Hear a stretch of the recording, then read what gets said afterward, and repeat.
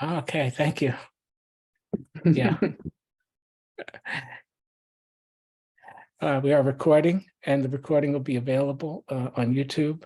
And if you want to be on the mailing list, you can write this address. We also have a LinkedIn group. And so these are the kind of questions that we'll be talking about in the last third of the hour. So with that, Professor Wodak, Shoshana, would you like to start to show your screen? Okay.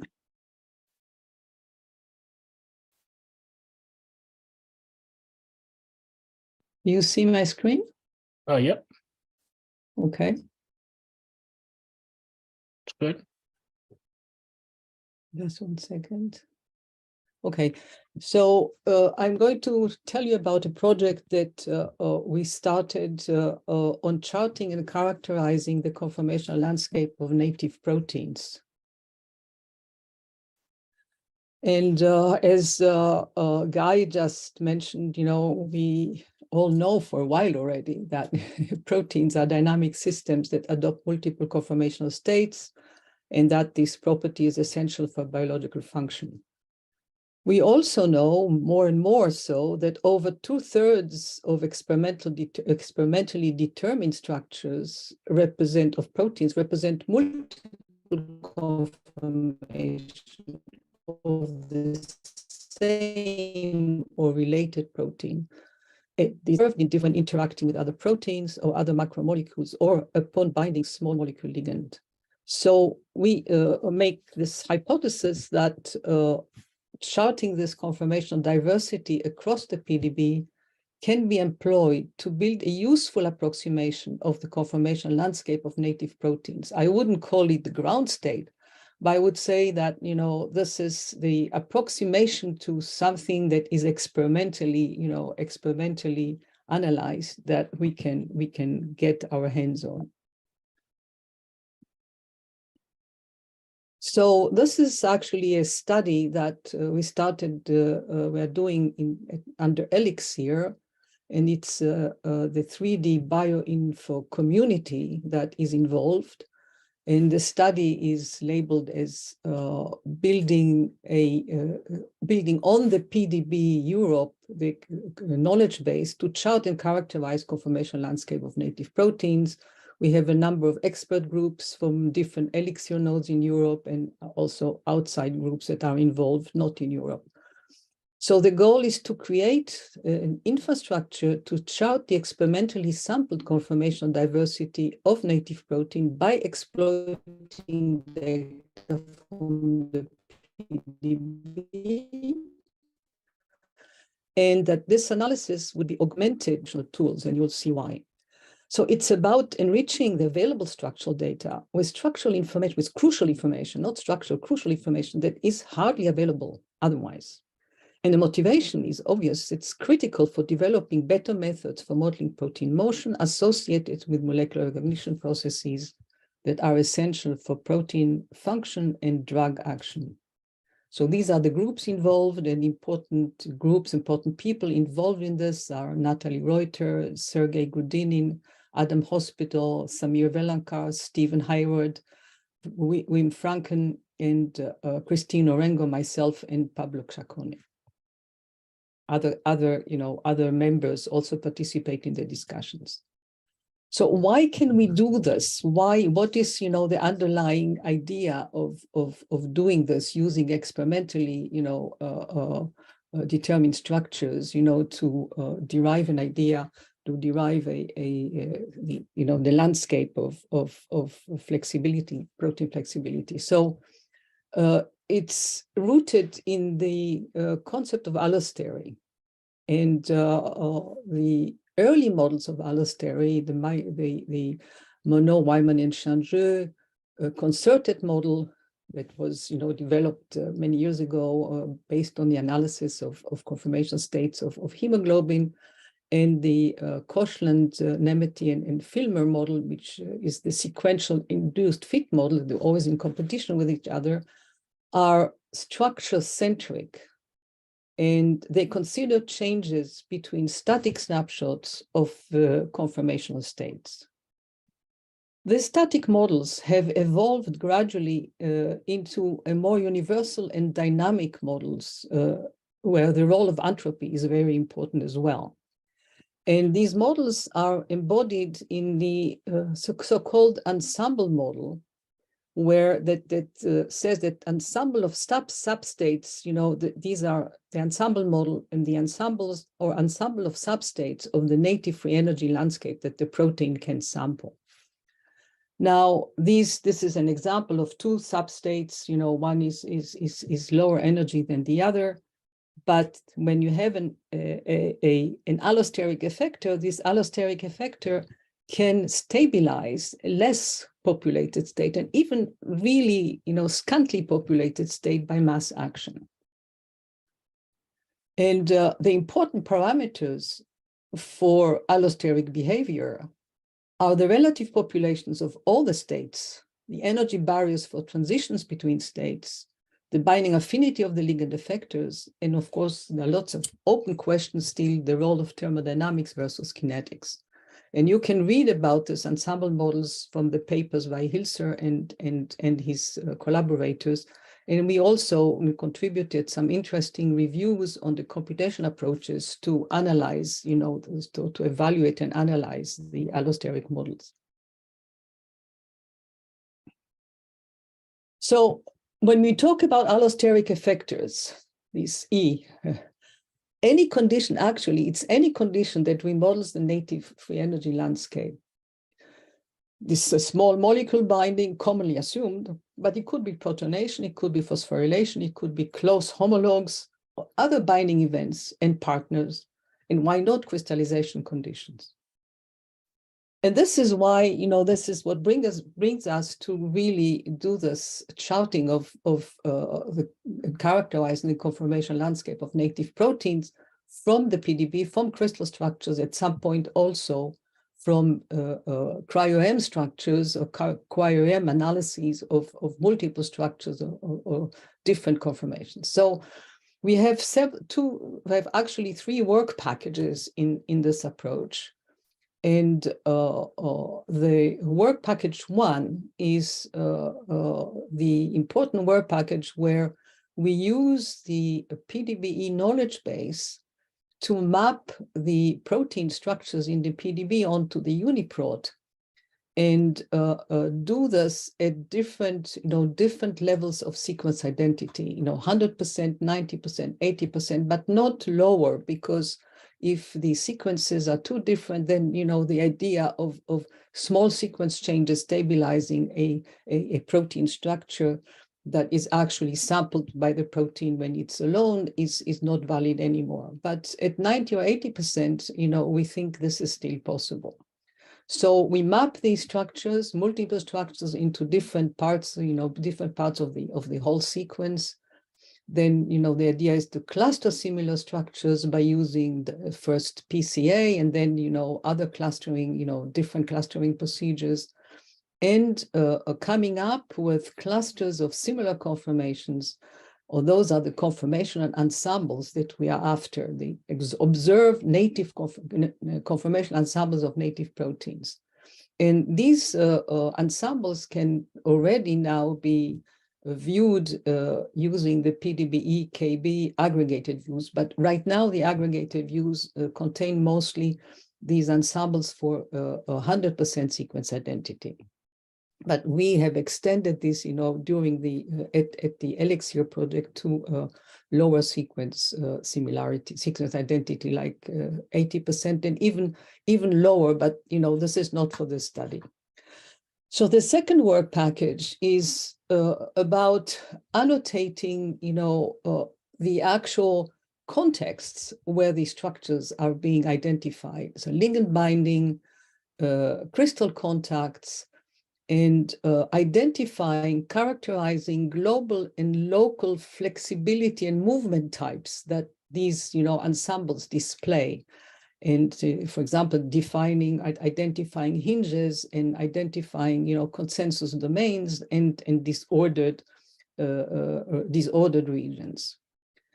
Well, then the third work package once we have done, this from the observed structures, the third work package is really to biophysically characterize the protein motion that these experimental structures may kind of represent.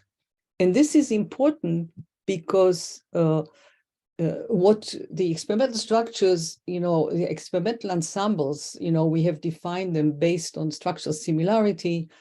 And now we need to introduce some physical considerations. Are the different conformations that we see, are they actually conformations that can be sampled by the protein when it's alone? And therefore, one needs to be able to do this, but this is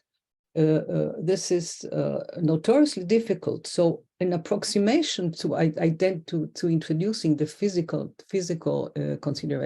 consideration is using computational procedures that are physics-based, molecular dynamic simulations, or other types of simulations, that more, for example, normal mode analysis, elastic network models that can evaluate, the transitions, can predict, actually computationally predict and energetically characterize these motions and see how these computed conformational changes and conformational dynamics, how they compare to the observed ones, to be able to really say that the observed, find out which of the observed ones really correspond to conformational states of the protein. So here are examples. We have ways of comparing observed and computed ensembles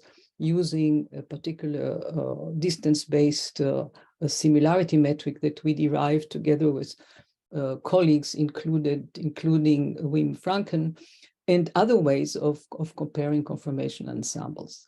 So this is the plan. We have gone some way towards defining the tools and the workflows that are necessary to do this analysis, and we have developed a feasibility work benchmark data set. So let me show you here. Okay, so before I give you some more details, so what are some of the expected outcomes? So as I just mentioned, we hope to have tested and validated workflows efficient enough for archive-wide analysis. This is far from trivial because you can do it, in a limited way. But when you want to do it across the archive, and today, the archive, the PDB archive has been, grown tremendously with predicted structures, and those at some point we would like to include them as well. So you need these, validated workflows that are efficient and do what you want them to do. Now, the generated data, the idea is to integrate it into the knowledge graph of the PDB knowledge base, and to present this in the PDB EKB aggregated views at some flow. And then, the workflows and tools and data sets will be disseminated via the Elixir instruments and identify gaps where new methods and tools are needed. So an important goal is also to derive specialized benchmark data sets of functionally relevant conformational states, conformational ensemble representatives, conformational ensembles, and representatives of these ensembles.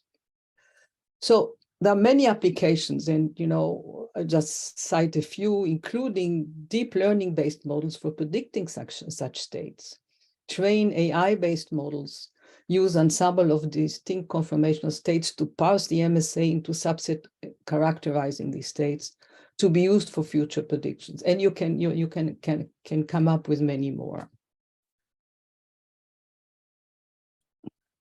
So this is, a slide, kind of showing a screenshot from the aggregated views, which are developed by the PDB EKB guys, Samir Velankar and Mishi Varadi.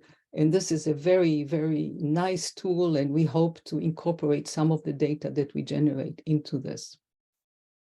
And the PDBE team independently has developed part of they are part of the Elixir project. They have developed independently, ways of doing what I just described. And but one aspect, something that they did, which is really very nice, and these are slides that I got from Joseph, and he's part of the team as well. And so he derived a benchmark data set of unique protein conformations, basically, conformations of open and closed conformations. They had an initial set of about 300 valid open-closed pairs that represent 630 structures. And they were curated down to a smaller number of monomers and to 49 unique uniprot accessions. And so they had a number of single open and closed pairs. Remaining hits correspond to multiple pairs. So this is just a data set of open and closed conformations that they derived, 100% sequence identity, and this is available at this link. So this is part of the effort. And they also derived a clustering procedure to find all structures that overlap the same uniprot sequence, also according to the plan that I just showed you. Superimpose the structure using one particular structure comparison, structure alignment program, Gesamt. And then they have derived a C-alpha distance-based score calculations for the superpositions, but they also use distance-based ways of clustering the conformations, and they make the data available. And Elodie Lane from the Sorbonne and Sergei Grudinin have derived an alternative way of, an alternative manner of deriving a benchmark data set, and also they derive the benchmark data set that they have been deriving is at the level of 80% and higher, or 90% and higher sequence identity, including 100%. So we have about 12 benchmark data sets now, about 12, and these are examples from the benchmark data set of protein conformational ensembles. This is for calcium binding protein, the MER-D protein, and clusters of conformations from the ATPase of 80% sequence identity.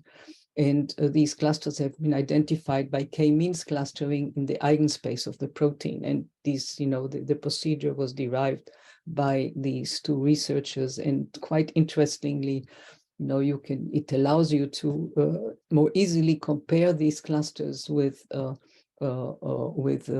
normal mode analyses or elastic network models. This is all. This is Thank you, Shoshana. Well, that was great. It's very helpful. And I think that if people have questions, we can use the chat. People can put questions into the chat, and we can actually then also be able to record the answers to those. We do have a couple minutes, and I think we could take one or two questions online here. I'm not sure the best way to do it. I think I'm just going to let people just try to speak up if you have a question, and we'll just take two. So if anyone has a question, just jump right in. I see Ilya Vesker raised a hand. So Ilya, why don't you go ahead? I can see him, yeah. Yes. So how can you generate the targets for CASP or Capri, for that matter, for the ensemble of structures? Obviously not through crystallography, because that will not give you any representative ensemble. And MR, I understand, is restricted to small proteins. So what is the solution? For CASP, you need some ensembles that, have been, you could have ensembles that have been determined experimentally by crystal analysis, but, that should not be in the PDB. So that's, what we are doing, we are looking at the PDB, but we're looking at the conformational ensembles that can be derived from the PDB from structures that have already been solved. Right, And but that, that could be actually used to see whether any method for generating structures, for deep learning method or others, can actually sample some of these conformations. For example, we have a case. but for targets, you need, the new. Yeah, I mean, it's not target. I mean, it's not ready yet, I understand, but that's my question. So is yeah, there? it's not ready yet. No, it's not ready yet, but it could be used to test methodologies for sampling protein conformations by various ways, including AlphaFold 2. You have, in sampling we had in our other CASP SIG, Bjorn Walmer, he used boosted sampling of AlphaFold 2, and he could actually, see that he generated some of the structures that he generated in these really, he generated 6,000, I think, protein conformations, and he hit upon some of the conformations that are actually some of the different conformation states that are actually observed. So you can use this to develop methodology. Right, but again, I'm coming back to my original question. Is there a practical way to have new targets for CASP or Capri? No, That's I don't know. Not yet. but Okay. definitely what a goal of what we're trying to do in the SIG is to assess and advance that question. And so Ilya, maybe in the discussion after the next talk or the general discussion, Of course. we could even start with this point, because it is a key point. So I think in the interest of time, we're just going to move on. And so in these presentations, what we decided to do is to mix together one presentation about state-of-the-art methods for modeling or predicting alternative conformations, and hopefully one talk about avenues for experimental validation. So Michael Feig's lab has been a leader in this area, and he's going to tell us about recent advances in modeling multiple conformational states of proteins. So Michael, can you share your screen? Yeah.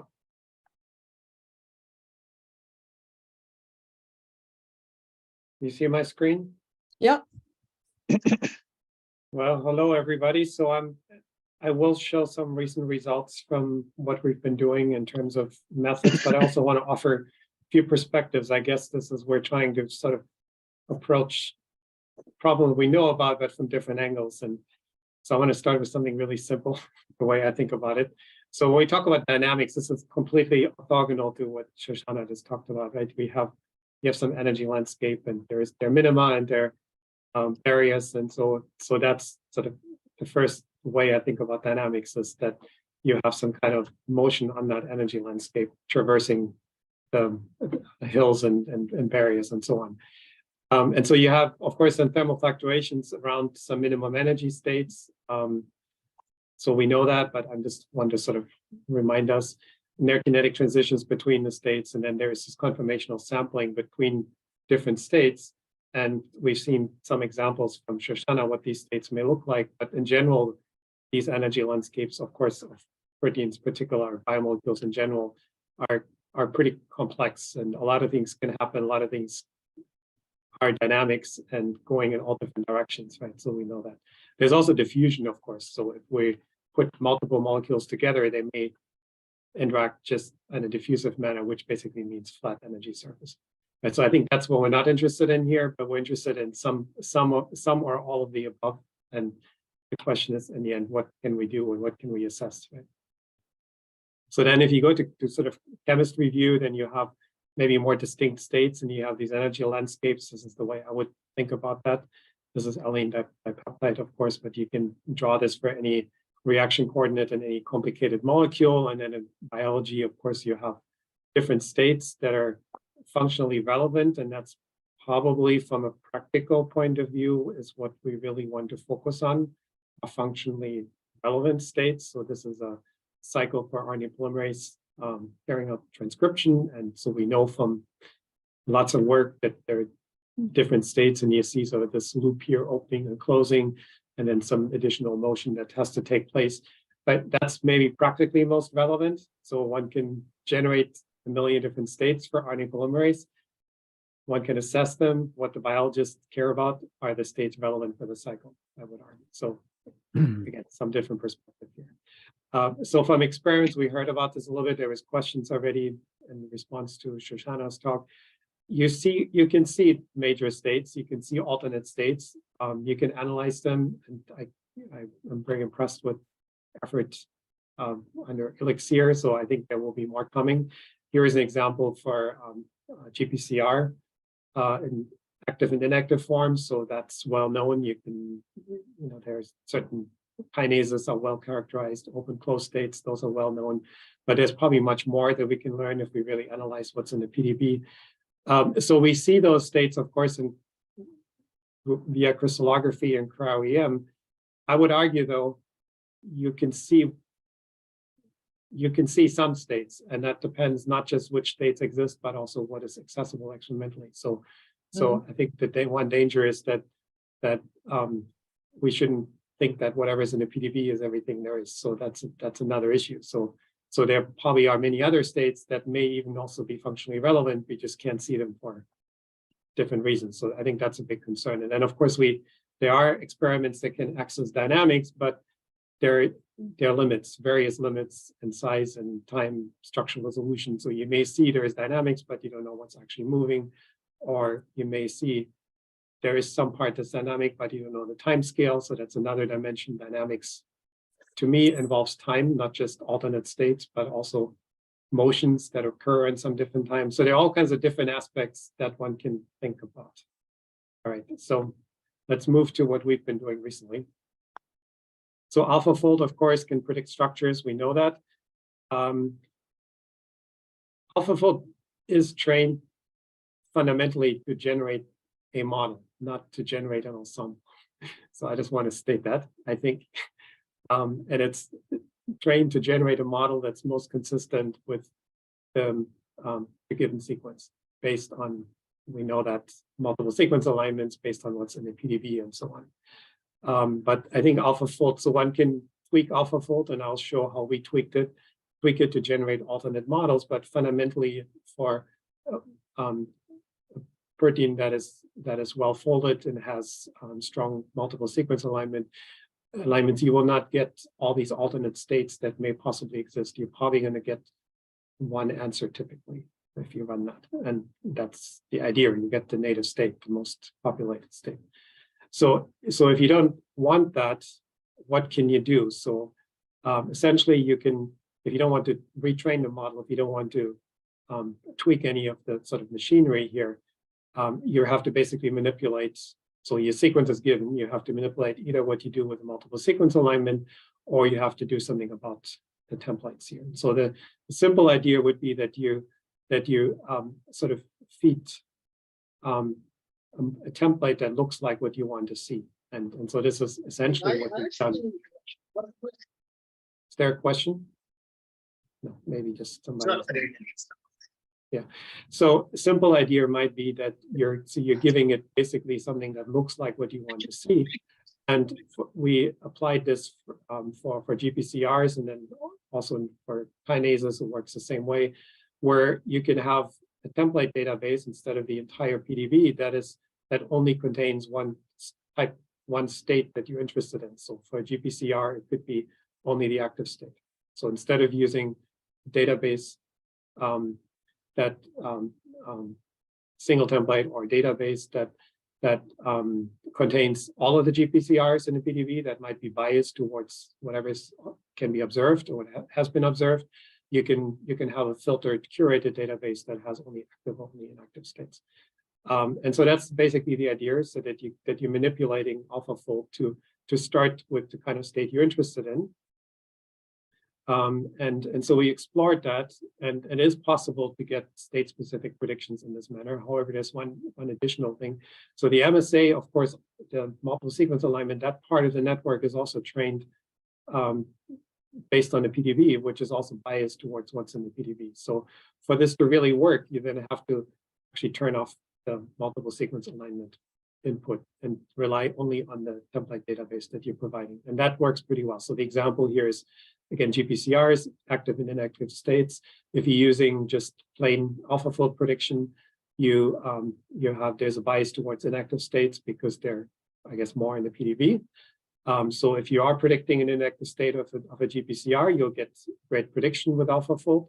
But if you're trying to predict an active state, it doesn't work so well. So the AlphaFold prediction, this example here would be 2 angstrom away from the active state. You basically can't reproduce that conformational change. However, if you are feeding it a database, curated database of only active state GPCRs, then you can get a better prediction. Right? So the blue one is where you're using this annotated curated database as input, and you have to then turn off the multiple sequence alignment because there is still too much bias from that multiple sequence alignment encoding in the AlphaFold model towards the inactive state. And you can, again, you can do this with others, and this is extensible to basically any multiple states that we know about. So it depends on having a database of known states. So Shoshana's work would fit really well into this kind of paradigm using AlphaFold, right? So I can show some examples here. So this experiment, right, you can really capture the detail quite well. Active, inactive states in yellow and gray here from experiment, and then you see the predictions, and you see that prediction really captures the shifts and positions of these side chains, and it works the way it's supposed to. And it also has practical consequences. So if you then take these models and try to dock something to it, you get better results if you're using the correct state. Here's a statistical analysis from using docking ligands via Autodock Vena and seeing which fraction you get below some cutoff here, 3 angstrom. So it works better if you both for active and inactive states actually with this protocol that we devised here. And then we also tested this in this GPCR Doc 2021 competition, where we predicted the active states very close to the correct structure. And then because of that, because the prediction was good, we could then dock a peptide ligand with high accuracy, also high accuracy into this active site pocket. Okay, so a couple more thoughts. So how do you get dynamics, right? So my background is MD simulation, right? So this is the sort of standard way classically we would think about that, and that in principle gives you all the possible states. And this is an example of RNA polymerase from an MD simulation, and you're seeing actually a lot of motion and not necessarily 2 distinct states. So this is a completely opposite view, and this is back to my initial slide, right? There's a complicated energy landscape. A lot of things are happening. Everything moves on different timescales. So the question then is, this is dynamics according to computer simulation. What is it that you want to assess? You can, of course, cluster that and look for distinct states and then figure out what you want to do. But I think this is sort of what proteins are doing, right? They're fluctuating. So what is it that is this correct? I don't know. So is it correct in general? Is it correct in detail? Is it correct that this domain here wiggles around? I don't know. So I can ask all kinds of questions, and I don't know how to validate all of this. Where I think it's going to give slightly different perspective to finish off. I think we're moving a little bit away from MD simulations. I think the future is via AI, and maybe that's a little bit further down the road, but I think we're going not just AlphaFold, but we're going towards generators that can actually generate dynamic ensembles. You have to use a little bit different architecture. Again, the purpose of AlphaFold is to generate a structure, but if you want to generate ensembles, you have to somehow bring in some randomness. And so there are different frameworks for doing that.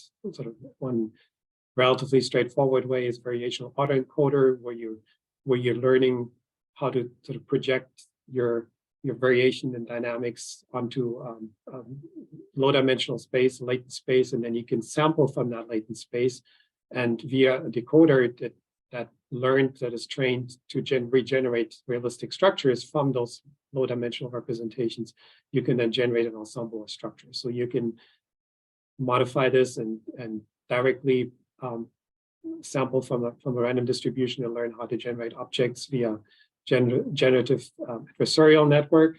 Also, you can do this in multiple steps, and that's basically this process of diffusion, and that's there's a lot of attention right now in the machine learning community using these kind of things. We've actually tried this, and we've had some success with a GAN architecture. So this is what this looks like. So you're sampling from noise essentially, and you're learning how to create something from nothing, but with a different initial random seed. That's the idea.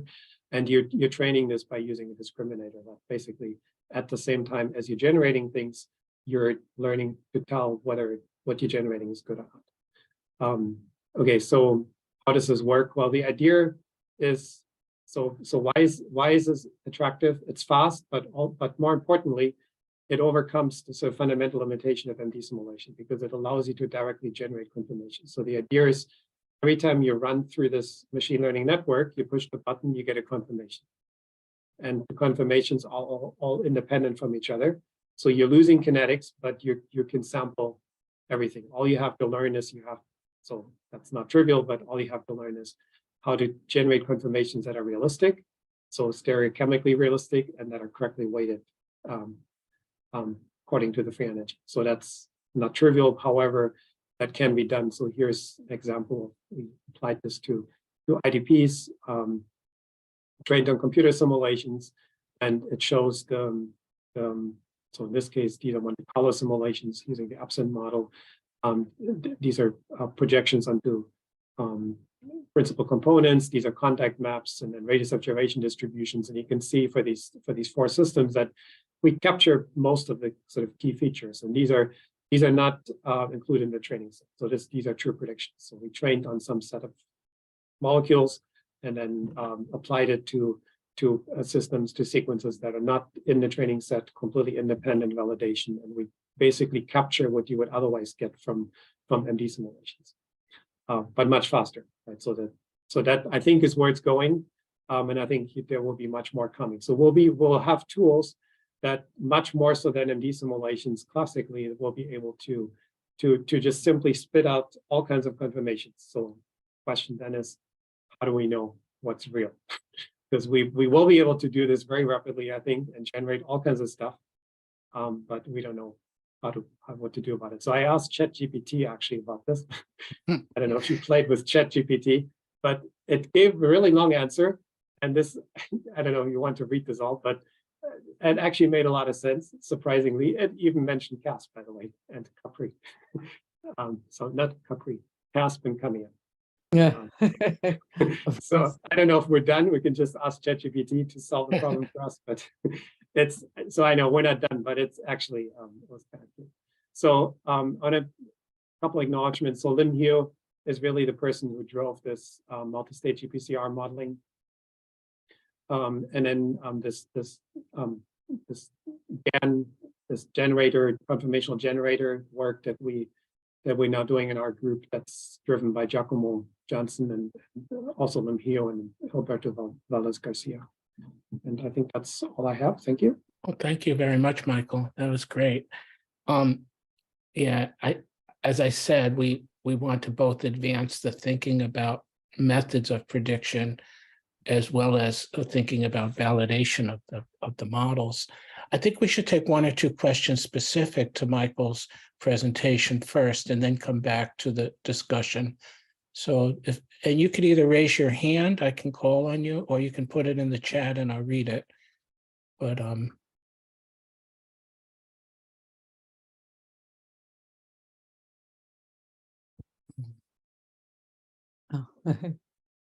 Sandor, Sandor, are you raising your hand? Oh, you're muted. Yes, sorry about this. Yes, I would like to ask Michael, did you try what is the variation if you run the force sampling a la Wallner, you know, that not forcing by template, but just letting generate an ensemble by randomizing the coefficients in AlphaFold 2 runs. What do you mean by coefficients? You mean like the weights in the machine learning model? That's correct. Yes, yes. multi-state kind of this, but what Wollner called force sampling. So we didn't try to, I think that's, I don't know, I don't want to change any of the weights in the model because I think that's, you don't know what's going to happen. I think that's too unpredictable. You're most likely I going to mean, get bad starting results. weights. So, you know, this is how kind of some of the good estimate can be obtained as well, just letting multi-start, essentially, multi-start alpha for generation.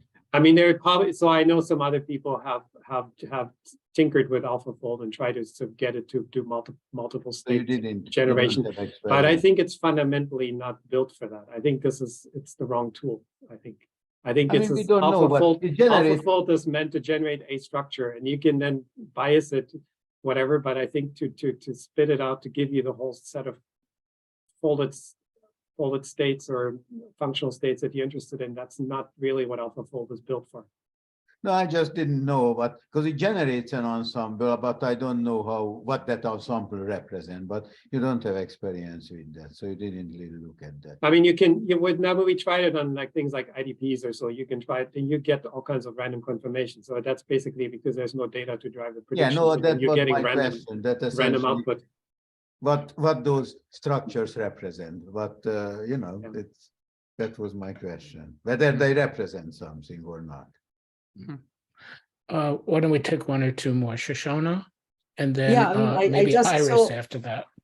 Yeah, I just saw that, you know, my question was also, you know, shown in the chat. You know, one way of getting targets is by, you know, cryo-EM structures. Cryo-EM, you know, is now really starting to provide, you know, multiple states for proteins, but it's, you know, it's not yet there really, you know, in a more general way. But I think this could be a way of getting, you know, getting targets in the future. I think that's right. Yeah, I think I've seen that too from collaborators. Yeah. Yeah. Let's take one more question specific to the talk. Iris Smith, go ahead. Yes, thank you. Michael, I actually had two questions in the chat, but I'm going to just bring it all together as one. For IDP Jan, how do you account for solvent effects as well as post-translational modifications? Yeah, so this is machine learning. So what we did is we ran very extensive molecular dynamics simulations.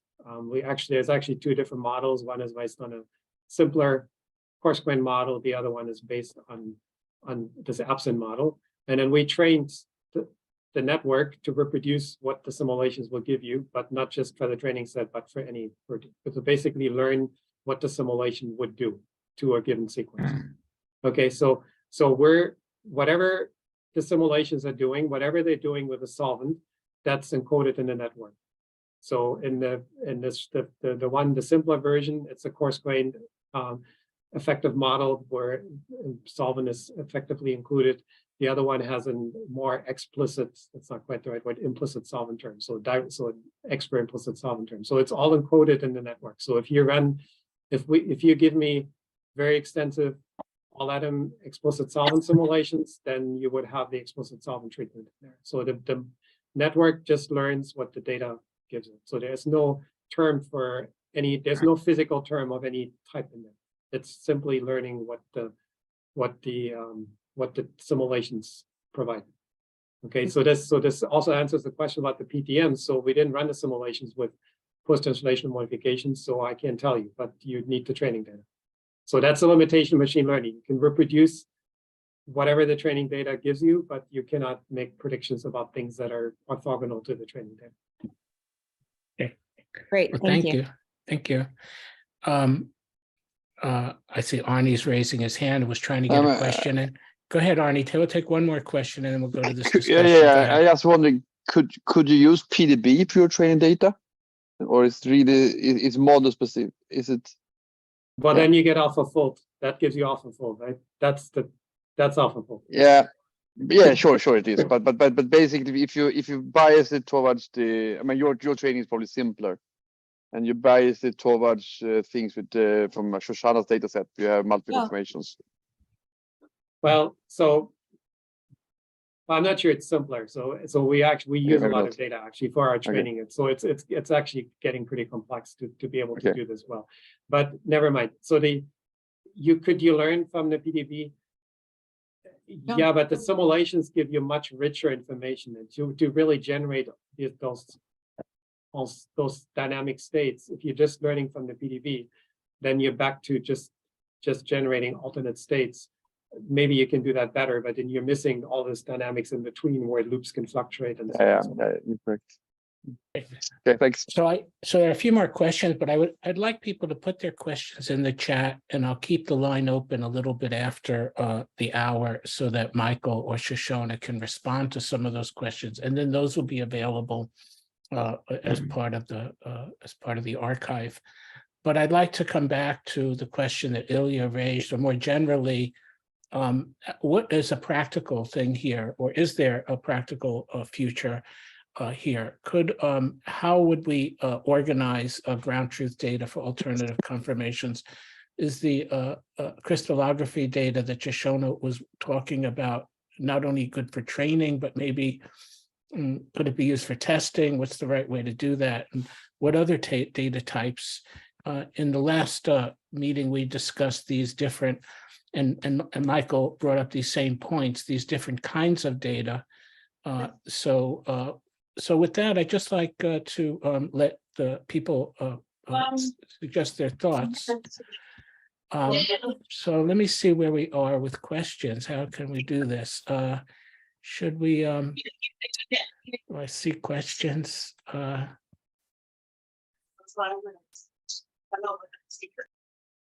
I see Arnie has his hand up, and then Shoshana. Are they from before or from now? I can comment from now, and I'm basically, I mean, not really answering questions, but I think that for me it's quite clear that the best data is cryo-EM. I think that's really, I mean, you have methods like cryo-dragon and things like that can generate multiple confirmations, and so I would suggest the simple thing from CASP is that we take a number of cryo-EM structures, and we can even define the number of confirmations that you find from these, and that we should predict all of these. This is a simple, easy thing. And I think it's more unbiased than crystallography data or anything like that. And we will have it. So I'm sure they're going to be some people. Yeah. I mean, the only problem is that these are most likely going to be very, very big structures. And we're not going to see structure variation of a single protein. It's going to be even like protein complexes with different number of subunits and things like that. But that's what we should be able to predict. So that's going to be the thing. But I would focus on cryo-EM data and sort of close collaboration with some people that will generate the data. Okay. I see Ilya has his hand up. Go ahead, Ilya. Oh, what's your guys' take on time result crystallography as the way to generate ensembles? Maybe direct it to a specific person. No, I'm not an experimentalist. That's my question to you, maybe. I don't know.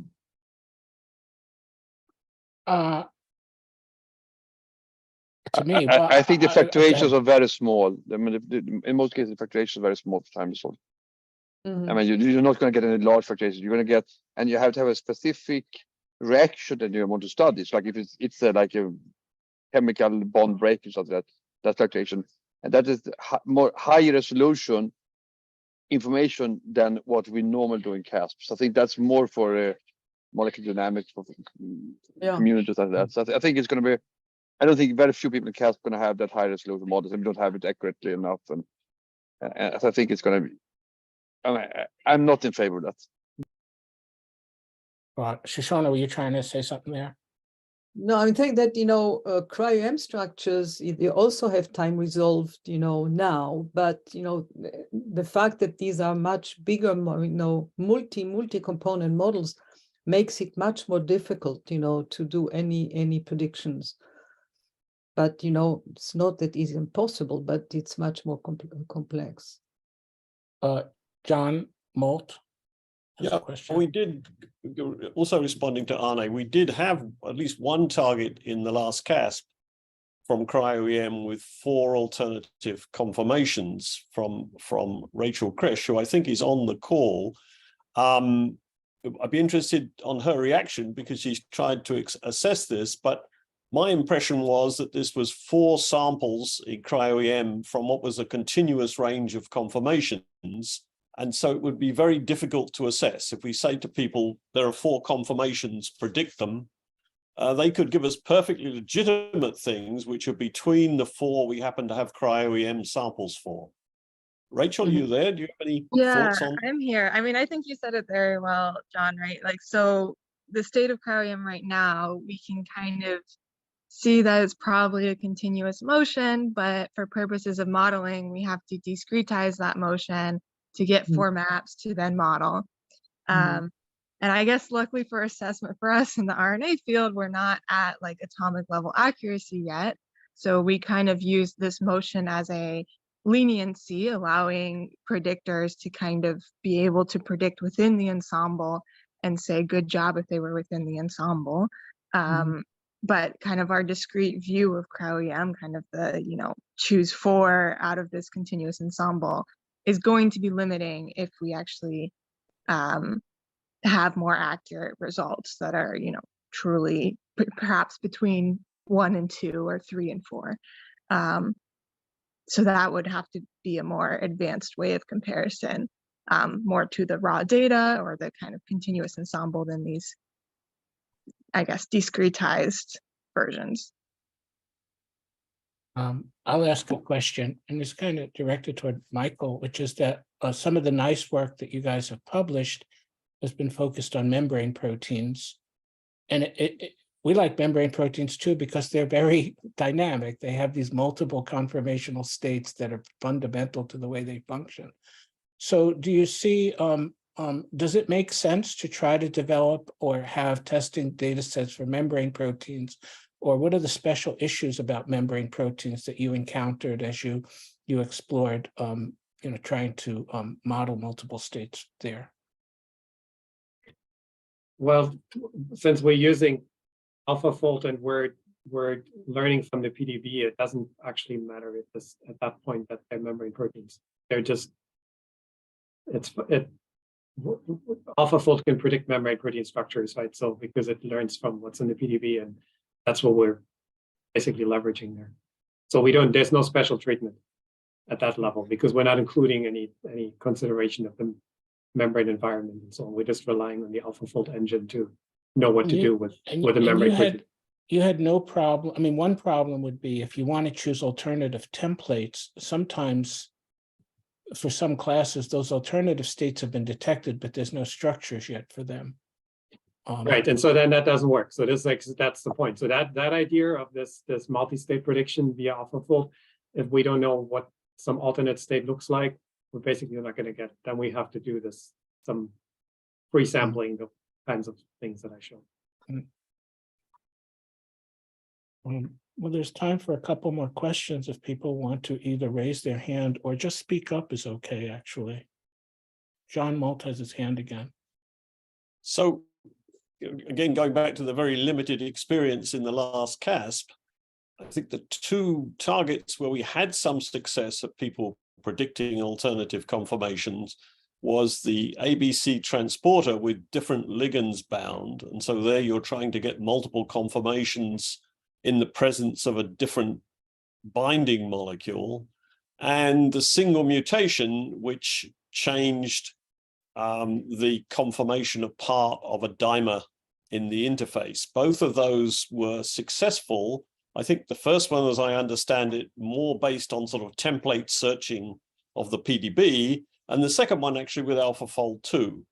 So practically speaking, given what I think we know now, that looks like the sort of thing we could go after in CASP 16. More examples, not from continuous ensembles that we don't understand very well, but alternative conformations induced by some kind of environmental change. I want to know whether people feel that's a good idea or not, as something we actually can do right now, sort of thing. Oh. Someone want to respond to that? Go ahead. I can respond and pop a question to Shoshana. I think it's a good idea. And I was thinking about Shoshana, has you looked at your data set how much of the structure variation is due to external factors and how much is just due to my internal things. How many of the different states, if you put the cutoff, or due to Okay, so, the ligand or something? yeah, I mean, I see your question. Yeah, I was going to try to answer it. The idea would be to really, once we have the data, and we do have the data, once we map it and we see, how it, the consistency of the data with, with the structural ensembles that we can see, we could probably look at this because, yes, I mean, some of the, in principle, depending on the type of perturbations, if the perturbation is really, perturbs the system really away from, from what it would do alone, then, I don't know exactly how to interpret this, but, I think this is something we wanted to look at, and this is why we wanted to see the contexts, to find out, whether we can explain in terms of what the protein can do alone. And this is why we need the simulation part, because if we have the data, when we do the simulation, then we see that, using the simulation, using, computational methods, we cannot access, in any way, the conformation that were observed with some ligand bound or in particular situations. And we can at least surmise that, the ligand has done something that the protein would not do on its own. But, small ligand molecules, in principle, they're just like like effectors, right? So I think this needs to be evaluated. Yeah, I think having some statistics or some assessment To of how find many of out, those, yeah. how many of those cases are multiple conformational apo states, and how many times is it being induced by Yes. peptide or ligand Yes. binding? Yes. And I know from yes. my own experience, there's a lot of structures of apo and holo peptide complex, where protein binds a peptide, where that shifts the equilibrium. So those are probably amongst that set. Yeah, but ahead. equilibrium, what you don't, when you see the apo structures, these are the apo structures that are being trapped, in the crystal structure. And Yes. when you have the peptide that shift the equilibrium, it doesn't really mean that the peptide is really doing this. This just means that it stabilizes a structure that has not been found, not been, not been trapped in another context. So many open questions in this. And one other point I want to bring up before we wrap up, which is that Ilya brought up the question, well, maybe you can't really do this with crystallography because you're locked into states. And I think there are two related issues. One is, can you predict the alternative conformational states that the protein samples with that are accessible, just what they are? And the other is, can you get out the populations, the Boltzmann distributions, to actually characterize the landscape? And of course, the second question, as Michael was saying, is the most important, is really what you'd like. But there's still value in being able to identify that you can predict the alternative conformational states, even if you're not getting their populations. The populations are skewed, obviously, in the crystal, but the fact that they're there is something worth trying to use for assessment. Mm-hmm. So we're going to wrap up now, and maybe some people already turned off. I'll say that we do, for our next presentation, Hannah Wyman-Steele will present about a related but alternative method of predicting alternative conformational states. And we are going to also identify a second speaker related to potential ways of experimental validation. So, so these will be, the video will be available, and the PowerPoints I'll collect, they'll also be available. So thank you, everybody, for your time and ideas. Thank you. Thank you. Thanks.